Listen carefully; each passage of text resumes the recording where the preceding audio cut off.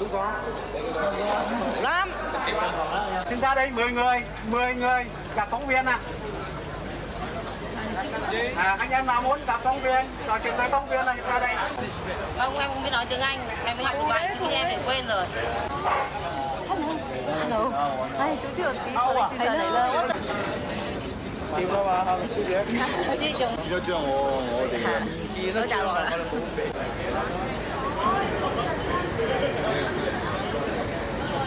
And single man 46, single girl 15, and the total family number 67.